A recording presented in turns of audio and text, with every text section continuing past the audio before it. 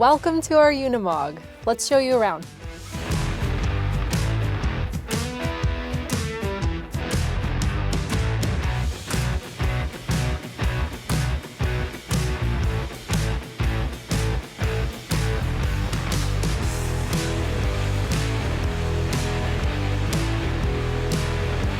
My name is Savannah. I'm Drew. And this is our 1987 Mercedes-Benz Unimog 1300L. We live in this truck full time. We've been on the road for 8 years, 3 different rigs, first a van, then a shuttle bus, and now finally the Unimog.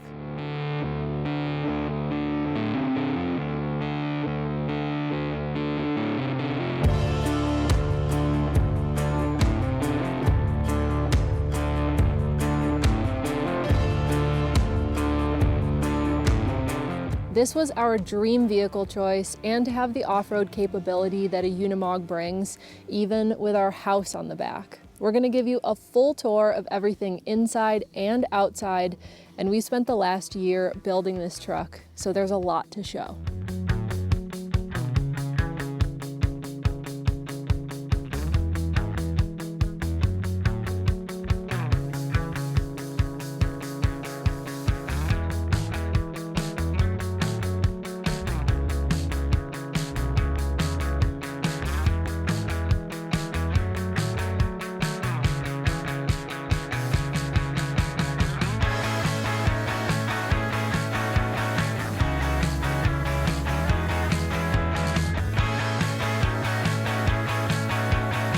In its previous life, this Unimog was an ambulance with the German military. When it was decommissioned, it was sold at auction and brought to the UK, where we purchased it from the Unimog specialist shop, Atkinson Vos. We purchased the truck for £34,000, and that is 42,000 US dollars. When we bought it, it was just an ambulance, so we had them remove the ambulance body and mount the camper onto the back. This is a composite camper mounted onto a torsion-free subframe, which is very Unimog specific and helps our capability off-road, but we'll talk more about that later. We worked very closely with the Atkinson Vos team throughout the process of sourcing our truck and creating the camper. They're based in the UK and are a world-renowned Unimog specialist shop that's been in business since 1978. So we felt confident in working with them, even all the way from the US. Our truck was ex-military, so they did a thorough inspection in their workshop to fix any issues it had before they shipped it to us. Overall, they made sure that our truck was in great shape, and we've been really happy with it. They are a one-stop shop for all things Unimog, and we still work with them to this day to diagnose issues and source parts. We imported the truck in 2023, and when we got it, it was just an empty camper shell. The truck was camo, the camper was white, and we spent that first year doing the build. We have a full video series for that on our channel, but we spent that first year just getting to know the truck, both on and off-road. But the entire time it was painted half and half, camo and white. It had the big ambulance symbol on the hood. With it being mismatched colors, one of the things we really wanted to do was paint it. So a few months ago, we painted the truck fully blue in Raptor liner. So now the cab and the camper match, and it just looks a lot more cohesive, and we were able to choose the color and make the truck ours. Unimog stands for Universal Motorized Garage, or Universal Motorized Device, and it's sort of known as the Lego of trucks. It can do many different things, many applications. The truck itself is pretty unique in that it was originally a German tractor designed to be able to drive on the road, but when you take it off-road is where it really shines.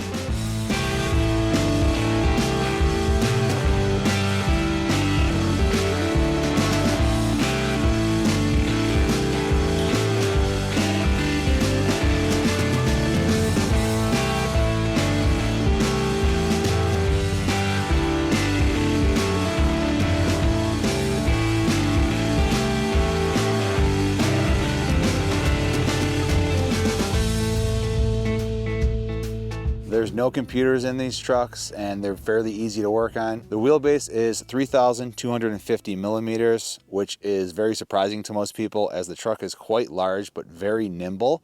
It has a tighter turning radius than pretty much every American-made pickup truck, and that can really benefit us on tight turns off-road. A hallmark feature of the Unimog is the portal axle. That takes your axle above wheel center, creating even more clearance. This truck, with the portal axles and the tires on it, has roughly 20 inches of ground clearance from the lowest point on the chassis to the ground. The suspension on this truck has front and rear coil springs, hydraulic shock absorbers, and torque tubes, which give us an incredible 30-degree articulation per wheel. We also have optional 4x4 and locking front and rear differentials, all of which can be engaged while you're driving.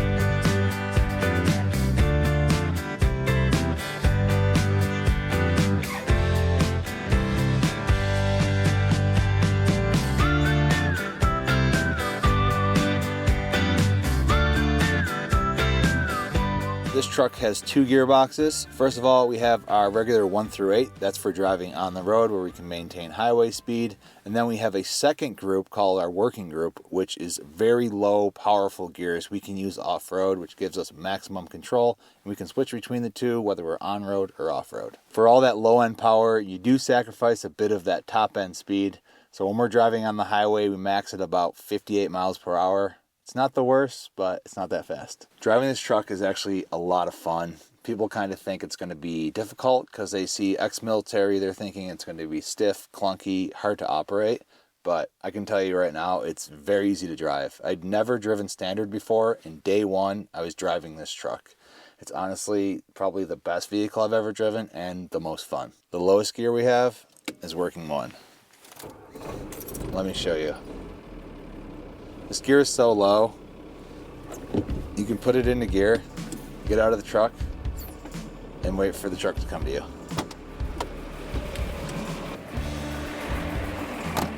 Obviously, this is a really fun party trick, but more importantly, having gearing this low, it offers you complete control on rough roads and obstacles. You're not having to feather between the accelerator and the brake. You can stop and start instantaneously. Another fun thing, for some reason, you can do all gears in forward or reverse. Not sure why you'd want to go that fast backwards, but I guess you could. All right, my ride's almost here, so I'm gonna get out of here.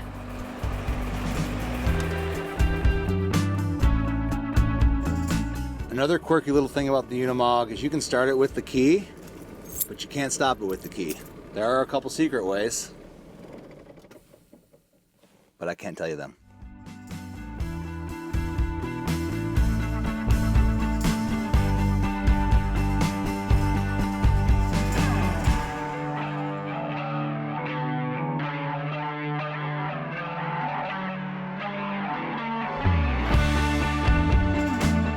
We purchased our truck with 18,000 miles on it, and now after a year of ownership, it has 29,000 miles on it. So we've only just started to break it in. It has the OM366A, and that is a 6-cylinder inline diesel engine.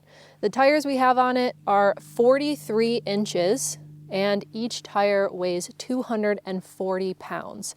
So for the spare tire on the roof, we actually have a truck bed crane that installs into the roof rack so we can get it up and down from the roof a little bit more safely. On the front, we have all RRR off-road lighting with the side spotters and the light bar, and we also have an 18,000-pound come-up winch mounted to the front bumper.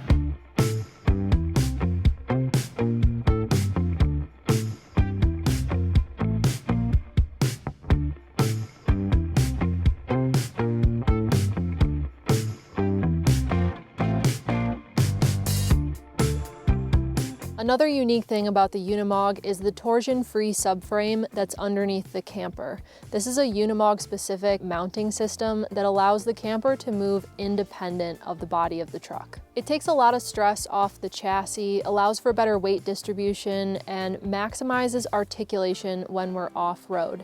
Essentially, it allows the chassis to flex as it was designed while keeping the living area stable. While we're talking about the camper, this one was built by Atkinson Vos in the UK. We had them build it and ship it to us completely empty so that we could do the build out ourselves. The camper is not original to the truck, so we paid £26,000 or $32,000 for them to build the camper, build the subframe, and mount it to the truck.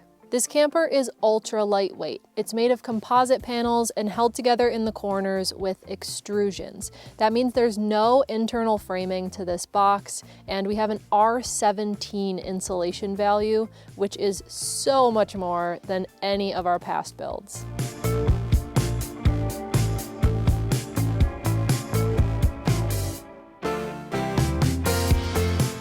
We upgraded the fuel tank to a new 210-liter tank. We also have 40 liters of jerry cans on the back of the camper. On average, we get between 10 and 11 miles per gallon, and this stays pretty consistent whether we're on the highway or off-road, fully loaded down or not. It pretty much stays the same. The total length of the truck and the camper is 20 feet, and the total height, including the solar panels, is 11 foot 4 inches. The external dimensions of the box are 144 inches long, it's 85 inches wide, and 82 inches tall. While the vehicle may seem large, it's actually quite small in the world of expedition trucks, and we wanted to keep it as small as we could comfortably live in. That way we didn't lose too much capability off-road. We actually sized down 3 feet from our shuttle bus. We think we hit the nail on the head for the smallest vehicle that 2 people and 2 dogs could live in full-time comfortably and keep their sanity. All of our windows, hatches, and our door are from Tern Overland. They are acrylic, and the windows are double pane, which has been a real game changer for insulation.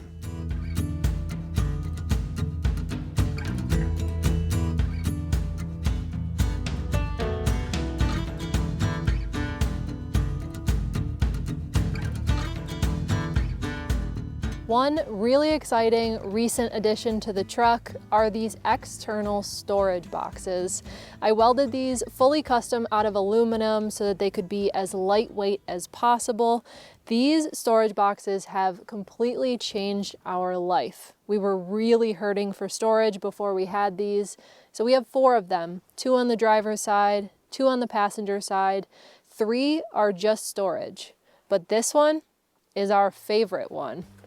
And the most exciting, because it's our outdoor kitchen.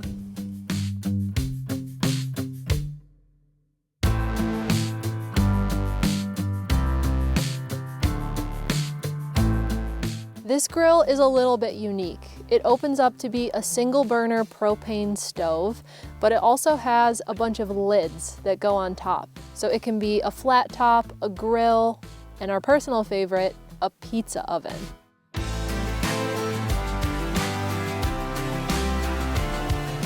We also have a collapsible sink that pulls out from the side of the kitchen, and our outdoor shower doubles as the faucet for our kitchen.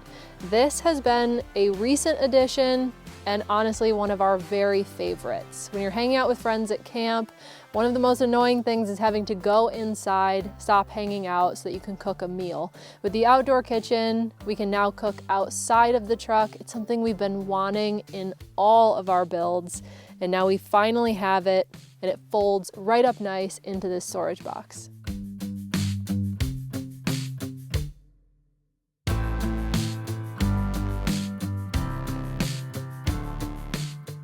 On the back of the camper, we have mounting spots for our traction boards, the jerry cans, and right above me is the outside compressor unit for our 24-volt air conditioner. Also on the outside of the camper, we have 2 porch lights on all 3 sides of the box. These are great for lighting up camp at night or when you have to take the dogs out to the bathroom in the middle of the night. And speaking of the dogs, let's head inside and see the inside of the camper.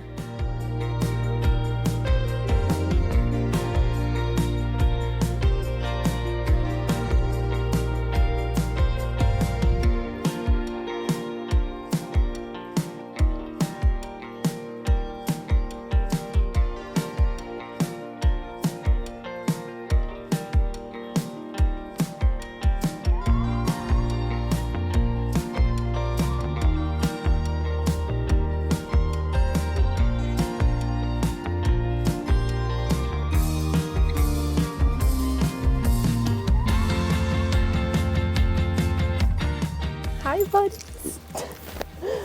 These are our dogs, Mateo and Pablo. They're two rescues out of Phoenix, and honestly, they're the perfect travel companions.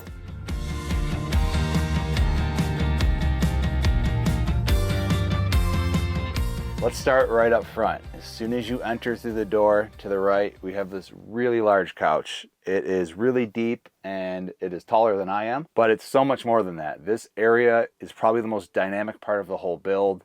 We probably spent more time designing and refining all the concepts that went into this, so let me explain it a little bit. First of all, it's the couch as you see with a nice wide nook to hang out and sit in. There is a collapsible ottoman under this piece that can come out and expand to fill this gap that makes a little guest bed.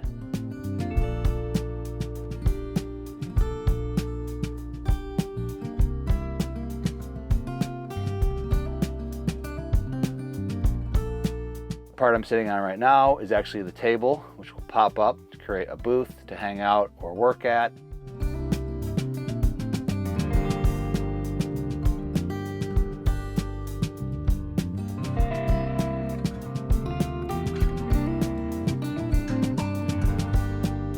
Probably the most incredible part of this whole thing is our collapsible shower. We spent over a year designing this, and inside of this 6-inch wall right here, it contains a complete shower that we can set up in less than 60 seconds.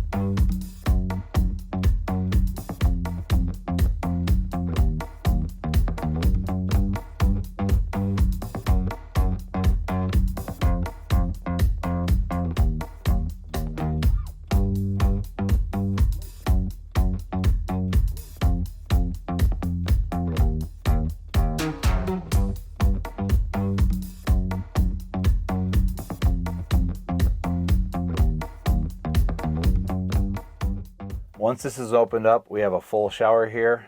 Everything in this is made of waterproof components, the composite walls themselves and the paint on them, that's waterproof.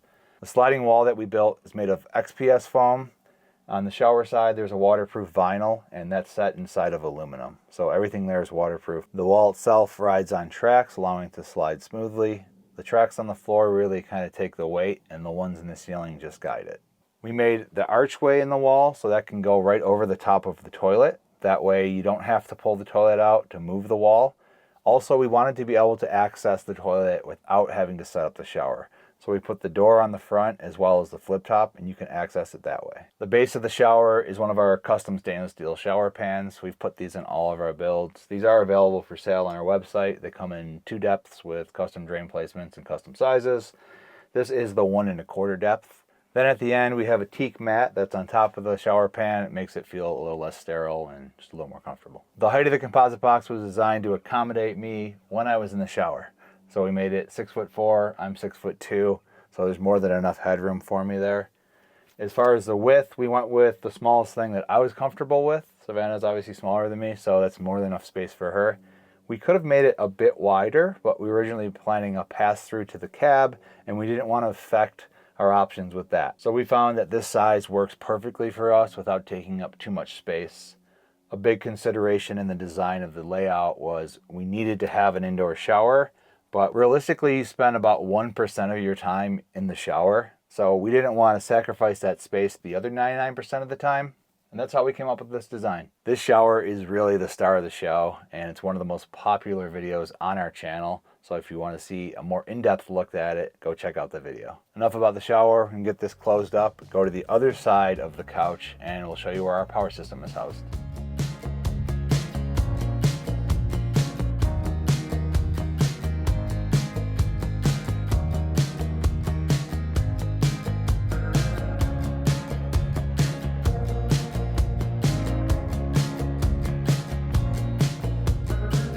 Right here we have our power system, and this one is a big boy. This is the most extensive system I have built to this point. On the roof we have 3 500 watt bifacial Trina Vertex solar panels, so that's 1500 watts, which is quite a bit, and that feeds into our charge controller, eventually leads back to distribution here. Down below here we have the battery pack that I built from cells. This is 1120 amp hours, so quite sizable. Basically what that means is we have easily a week of autonomy to feed our basic power needs if we were to generate no solar energy. And we also have a 2000 watt inverter charger. This is a 24 volt system, which is pretty awesome because the truck is actually also a 24 volt system. If we were to do an Arctic expedition in the future where we know there'll be pretty much no solar, we can actually hook up alternator charging, and they're already the same voltage. We've even jumped the truck with jumper cables off of this pack, so in the future, if those systems were hooked up, we could just flip a switch and jump the truck. But that's a project for the future because right now we're in the Southwest and we generate way more power from our solar than we'll ever need. Brains of the operation are the Electrodacus BMS, which is linked to the cells, and that keeps them all balanced. It also connects to the solar charge controller. It tells it when to stop charging. And this entire system basically powers our whole life. We have a bunch of things on 24 volts, so our fridge, our self-converted water heater, our DC air conditioner, those are all 24 volt. And then most of the lights and fans in here are at 12 volt. It also powers the inverter to give us AC power. It basically does everything for us and provides more than enough power to keep us going. I'm really proud of this system, both with its capacities and its versatility to power pretty much anything we want.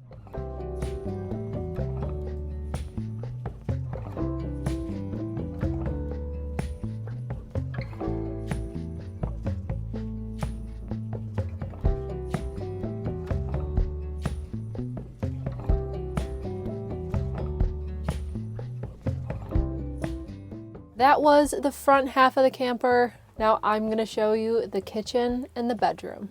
We have a split kitchen, so I'm gonna start on the cooking side. First up is our wallless diesel stovetop and oven. Both of these tap into our main diesel tank, and diesel actually has a higher BTU than propane. They just sip diesel out of that main tank, so it's really efficient for us to use the fuel source we already have on board. This is called gas under glass. So there's a chamber under here that's heated by the diesel, and then that heats up the glass cooktop. There's a special setting you can put this on so that when you close the lid, it also becomes our heater. This is an insulated blower lid, and it pushes the hot air out into the living space. This is probably the coolest part of this setup because we didn't need an additional diesel heater.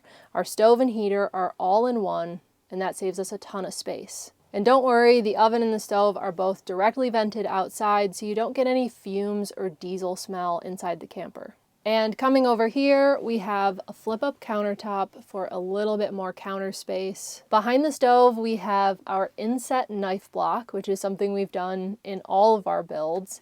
And we also have an inset planter box, and that's set down into the countertop, so you can hold plants and things without having to put them away every time you drive. Right here, we made use of the tiny space in front of the stove for a little flip-out spice rack. And underneath the oven, we have our largest storage drawer. This is the inside portion of our Tern windows. We've been really happy with these because they include a blind.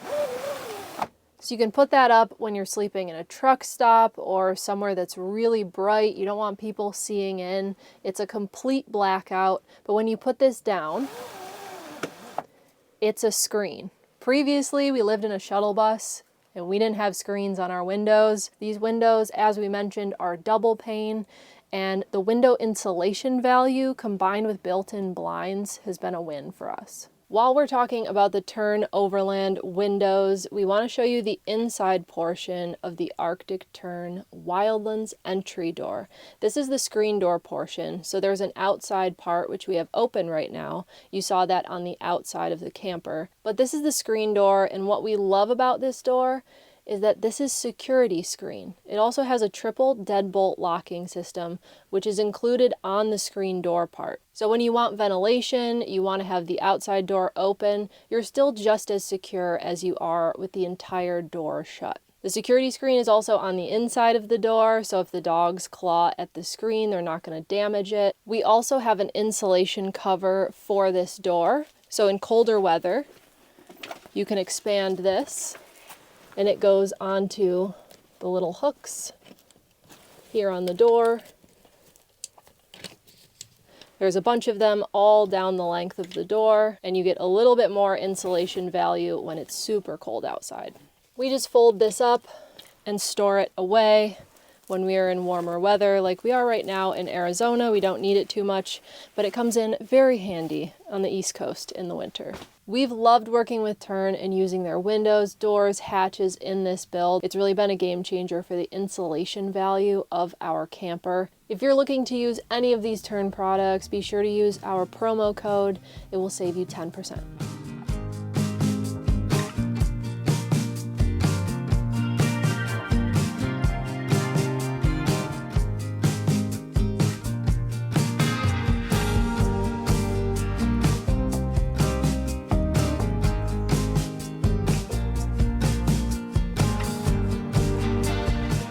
Mounted on the wall is the control panel for both the Wallace stove and oven.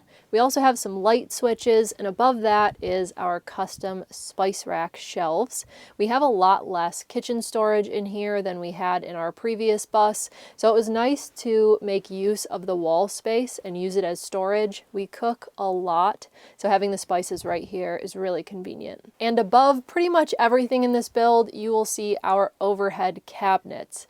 Not only are they a great place to put the strip lights, both below and above, we love some mood lighting, but it's also the majority of our storage space. About half of our kitchen pantry storage is up here, as well as our plates, cups, bowls. In such a small space, we definitely had to make use of those overhead cabinets. Right here, we have most of our kitchen storage in this drawer stack. On the top is a pull-out cutting board, and then we have our utensils and different kitchen items in the 3 drawers. But the bottom drawer is my favorite, and that is the pull-out food and water dish for Pablo and Mateo. And in the very far back of that drawer, we also have food storage. This drawer is fantastic because it keeps their food and water dish contained, so you can't forget to put it away, drive, and have it spill all throughout the camper. It just keeps everything together really nicely, and then you can push it and stow it away. Now you're probably wondering what this funny looking thing beside me is. This is a custom foldable dog ramp. About a year ago, our dog Mateo hurt his back and almost became paralyzed. That was right before we moved into this build, and this bed is really high, so we didn't want him jumping up and down from the bed and hurting his back. The problem is that our space is very small. We have a lot of drawers. We needed to be able to access everything, so we couldn't have regular dog steps or a big ramp running through our space. So this tucks underneath our mattress, and that's kind of how it's held down.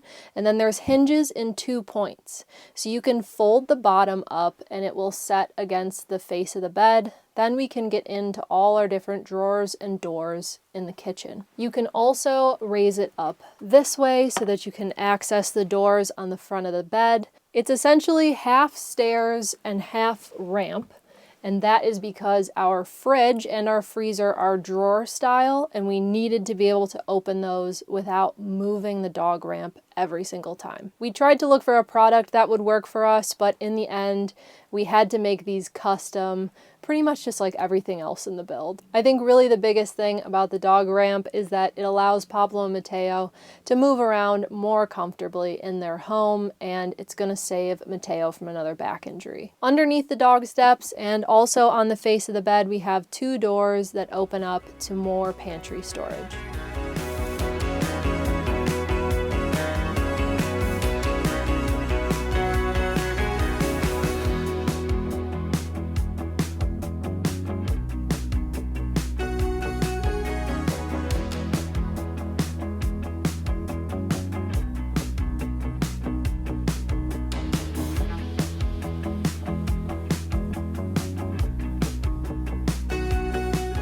On to the second side of our kitchen. Underneath the cabinet, we have our Vitri Frigo refrigerator freezer combo. This is a drawer style appliance, and it's also 24 volt. So refrigerator freezer combined, it only pulls 90 watts. The cool thing about this appliance is that you can choose whether you want both drawers to be a refrigerator freezer combo, or both drawers to be a freezer. So depending on what your needs are, you can set each drawer independently. Now coming this way, we have our sink, which is underneath our sink cover. We do have a water heater that we self-converted from 110 to 24 volt. So we have both hot and cold water running to the shower and our faucet here. Underneath the sink, we have dual water filters. First, we have a larger micron filter, and that is a pre-filter for our General Ecology Seagull filter, and that is what we use for all of our drinking water. The sink water flows into a 7-gallon handheld gray water tank underneath the sink. We prefer this method because the sink gray water is always the first to fill up, and we can take this and empty it by hand as opposed to going to a dump station. Then next to the sink is the control panel for the majority of our lights, the water pump, and our water heater on-off switch. The last part of our kitchen is the pull-out pantry. This is the MVP of canned goods storage. You can stack everything vertically, and that takes up a lot less space in this already small kitchen.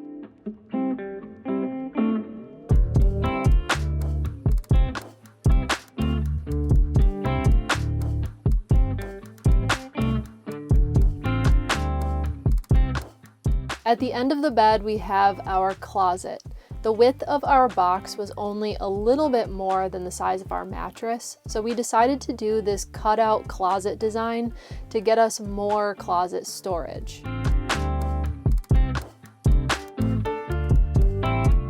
So this is all of our clothing storage. We also both have a drawer on each side, and I have a little bit of storage right here as well, which can be accessed from a door inside the closet. We made these custom sliding bypass closet doors, and the design adds a lot of texture to the space. And the fact that they slide back and forth rather than opening outward is a lot more functional to have above your bed. Right above our closet, we have our projector screen. Now, this uses magnets to mount to our ceiling, and the projector does as well. We embedded metal plates into our ceiling and then put the nice wood paneling on top of it. So now you can move both the projector and the screen to several places all around the camper, and you just pop them up into place. There's no hooks or visible mounts in our ceiling. The whole thing really is invisible. The projector screen mostly stays at the end of our bed, but it can mount all the way in the back of the camper, in the front, and right near the shower as well.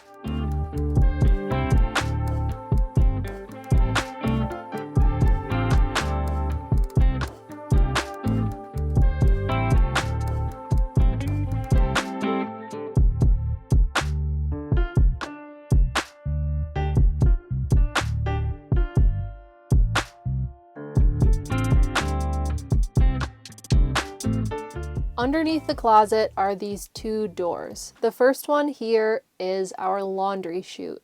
We have hooks that hang our laundry bag on the bottom of the closet. So when you throw laundry down in there, it goes right into our laundry bag. And that bag is easily accessible from the outdoor hatch on this side of the camper. And moving on to door number 2, this one's very exciting. This is our 24-volt air conditioner. Having true off-grid air conditioning is the elusive nomad dream. It can be really hard to achieve, but with the big power system that we have in this build, the low power draw of this DC unit, and our really efficient high insulation value of this box, we're able to actually run this air conditioner and keep the living space cool with almost no limitations. We have a full video on the installation and testing of this air conditioner unit, so if you want to know more, you can watch that video.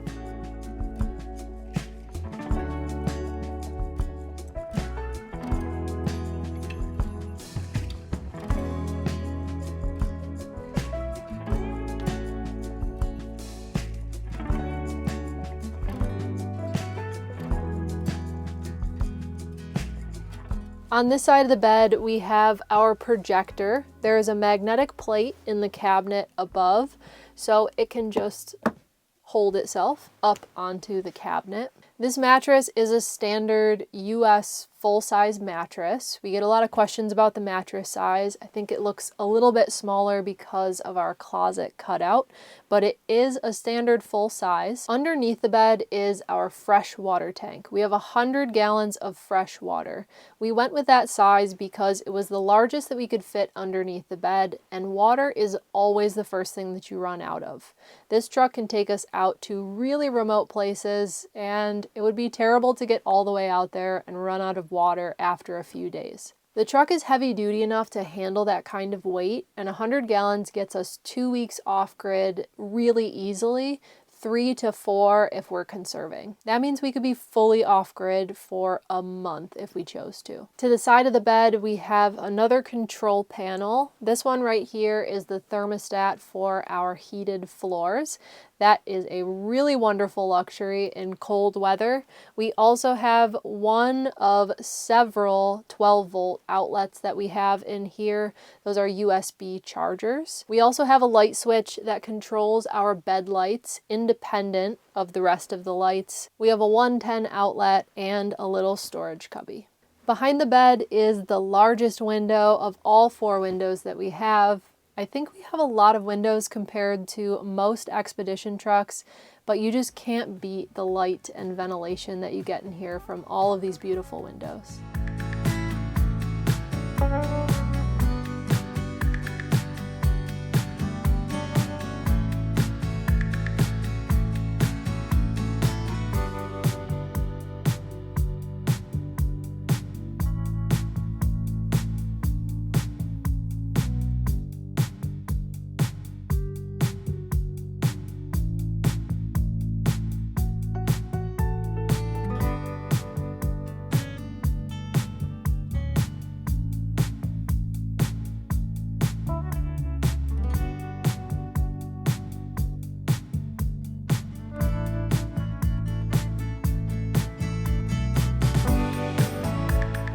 This is our dream truck and our dream build. It will probably always be a work in progress because we love working on it and tweaking things, and that's kind of the fun of owning something so unique. There's a full build series for this truck, so if you're interested in seeing more of how this was all made, you can check that out. This has truly been the culmination of 8 years of living, traveling, and building different rigs to put all together on our dream truck that it's hard to believe we ever were able to get, really. It's been amazing, and I'm just excited for all the adventures in the future. So thanks for hanging out. Until next time, see ya.